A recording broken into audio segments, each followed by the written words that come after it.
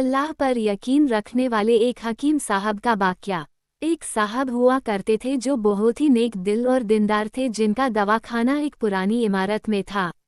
हकीम साहब रोज अपने दवाखाने जाने से पहले अपनी बीवी से कहते कि जिस चीज़ की ज़रूरत तुमको आज है वो तुम एक कागज़ पर लिख कर दे दो, तो उनकी बीवी लिख कर दे देती। हकीम साहब अपनी दुकान पर जाकर सबसे पहले उस पर्चे को खोलते, बीवी ने जो कुछ लिखा होता वो उनका हिसाब लगाते और उसका टोटल करते, फिर अल्लाह से दुआ करते कि या खुदा, मैं तेरे हुक्म के तमिल में तेरी इबादत छोड़कर यहाँ दुनियादारी के चक्कर में आ बैठा हूँ। जैसे ही तू मेरी आज की ज़रूरत को पूरी कर देगा मैं उसी वक्त यहाँ से उठ जाऊँगा। और फिर यही होता। कभी तो सुबह के 9 बजे या कभी 10 बजे हकीम साहब अपने मरीजों से फारिग होकर अपने घर चले जाते। एक दिन हकीम साहब ने अपनी दुकान खोली और रकम का हिसाब लगाने के लिए पर्ची खोली, तो वो पर्ची को देखते ही रह गए। एक लम्हे के लिए तो उनका दिमाग घूम गया, उनको अपनी आंखों पर विश्वास नहीं हो रहा था। लेकिन जल्द ही उन्होंने अपने आप पर काबू पा लिया।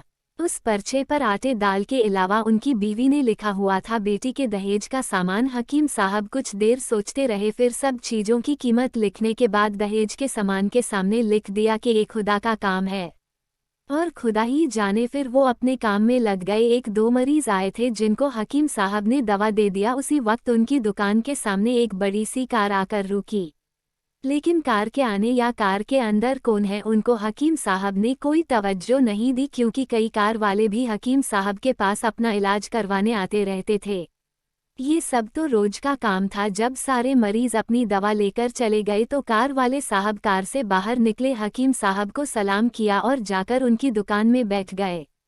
तो हकीम साहब ने कहा कि अगर आपको कोई दवा लेनी है तो यहाँ स्टूल पर आकर बैठ जाएं ताकि मैं आपको चेक कर सकूं, और अगर आपको किसी और मरीज़ की दवा लेकर जानी है तो आप उस मरीज़ की हालत बता दे। फिर वो साहब बोले कि हकीम साहब, मुझे लगता है कि आपने मुझे पहचाना नहीं, लेकिन आप भला मुझे पहचाना भी कैसे सकते हैं, क्योंकि मैं आपसे 15 साल बाद मिल रहा हूँ। अपनी पहचान के लिए मैं आपको अपनी पुरानी मुलाकात के बारे में बताता हूँ। जब मैं पहली मर्तबा यहाँ पर आया था तो मैं यहाँ खुद नहीं आया था, बल्कि मुझे यहाँ खुदा ने भेजा था, क्योंकि खुदा को मुझ पर रहम आ गया था और वो मेरा घर आबाद करना चाहता था। हुआ कुछ ऐसा था कि मैं अपने गांव जा रहा था, तभी हमारी गाड़ी आपकी दुकान के सामने आकर पंचर हो गई। ड्राइवर गाड़ी का पहिया लेकर पंचर लगवाने चला गया था। तभी आपने देखा कि मैं गर्मी और धूप में गाड़ी के पास खड़ा हुआ हूँ। फिर आप मेरे पास आए और दुकान की तरफ इशारा करके कहा कि आप अंदर आकर बैठ जाइए। तो मैंने आपका शुक्रिया अदा किया और कुर्सी पर आकर बैठ गया। ड्राइवर ने कुछ ज़्यादा ही देर लगा दिया था। एक छोटी सी बच्ची भी मेरे पास खड़ी थी और बार बार कह रही थी कि मुझे भूख लग रही है, और आप उससे कह रहे थे कि बेटी थोड़ा सब्र करो, अभी थोड़ी देर में चलते हैं। मैं ये सोच रहा था कि मैं आपके पास इतनी देर से बैठा हूँ, लगता है मुझे आपसे कोई दवा खरीदनी चाहिए ताकि आप मेरे बैठने को ज़्यादा महसूस न करें। मैंने कहा कि हकीम साहब, मैं इंग्लैंड में रहता हूँ, वहाँ गए मुझे 6 साल हो चुके हैं। जाने से पहले मेरी शादी हुई थी, लेकिन आज तक मेरी कोई औलाद नहीं है। मैंने हर जगह इलाज करवाया, लेकिन अब सिर्फ मायूसी है। आपने कहा कि मेरे भाई, तौबा इस्तगफार पढ़ो और अपने रब से मायूस ना हो। याद रखो, उसके खजाने में किसी चीज़ की कमी नहीं कर। औलाद, माल, गम, खुशी, जिंदगी और मौत सब उसी के हाथ में है। किसी डॉक्टर के हाथ में शिफा नहीं होती और ना किसी दवा में शिफा होती है। अगर शिफा मिलती है तो वो खुदा के हुक्म से मिलती है। औलाद देनी है तो वही देने वाला है। मुझे याद है कि आप बातें भी कर रहे थे और साथ पुड़िया भी बनाते जा रहे थे। सारी दवाएं आपने 2 हिस्सों में करके उन्हें अलग अलग लिफाफों में रख दी। फिर आपने मुझसे पूछा कि आपका नाम क्या है। मैंने कहा मेरा नाम अफजल है। आपने एक लिफाफे पर अफजल लिखा और दूसरे लिफाफे पर बेगम अफजल लिखा। फिर दोनों लिफाफे एक थैले में डालकर दवा खाने का तरीका बताया। मैंने बेदिली से दवाई ले ली, क्योंकि मैं तो सिर्फ आपको कुछ रकम देना चाहता था। लेकिन जब दवा लेने के बाद मैंने पूछा कि कितने पैसे देने हैं, तो आपने कहा कि बस ठीक है। तो मुझे कुछ समझ में नहीं आया, तो मैंने दोबारा पूछा तो आपने कहा कि आज का खाता बंद हो गया। तो मैंने कहा कि मुझे आपकी बात समझ में नहीं आई। वहीं पर एक शख्स और मौजूद था।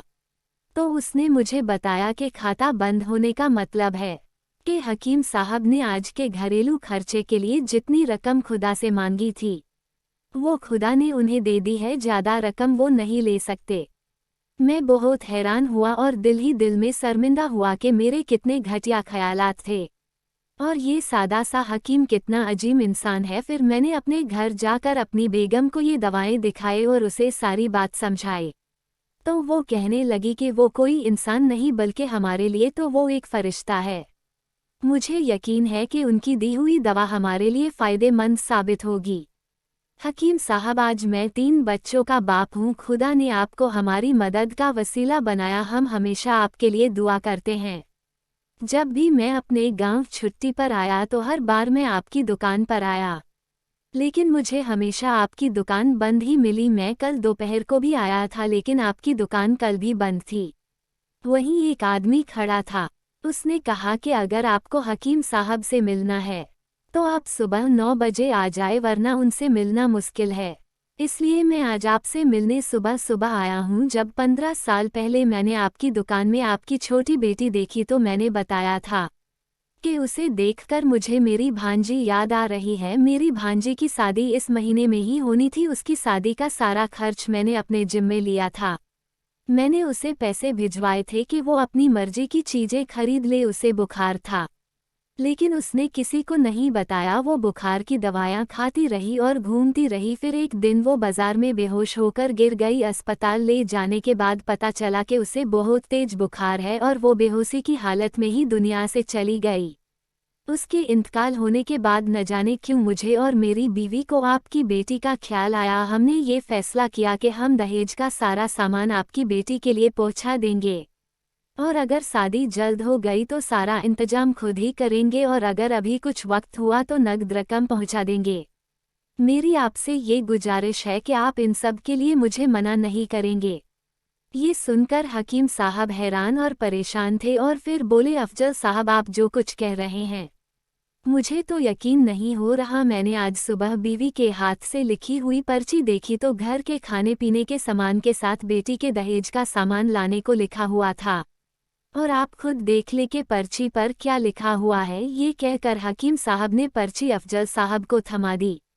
अफजल साहब ने जब पर्ची देखी तो वो देखकर हैरान हो गए। उस पर लिखा था कि ये खुदा का काम है, खुदा ही जाने। हकीम साहब ने कहा कि अफजल साहब, यकीन मानिए जो भी मेरी बीवी ने पर्ची में लिखी हो, आज तक ऐसा नहीं हुआ कि उन सब चीज़ों को लाने का बंदोबस्त नहीं हुआ हो। आपकी भांजी की वफ़ात का मुझे बहुत अफसोस है, लेकिन मैं उस पाक रब की कुदरत पर हैरान हूँ कि जो हमें क्या क्या मुझे दिखाता है। इस तरह हकीम साहब की बेटी के दहेज के समान इंतजाम होता है और बड़े धूमधाम से उनकी बेटी की शादी हो जाती है। सबक। दोस्तों, ये कहानी तो यहीं पर ख़त्म हो जाती है, मगर इसमें हमारे लिए सबक ये है कि अल्लाह ही पर भरोसा करना चाहिए और अल्लाह से कभी ना उम्मीद नहीं होना चाहिए, क्योंकि अल्लाह फरमाता है कि मायूसी गुनाह है। तुम मुझ पर यकीन करके तो देखो।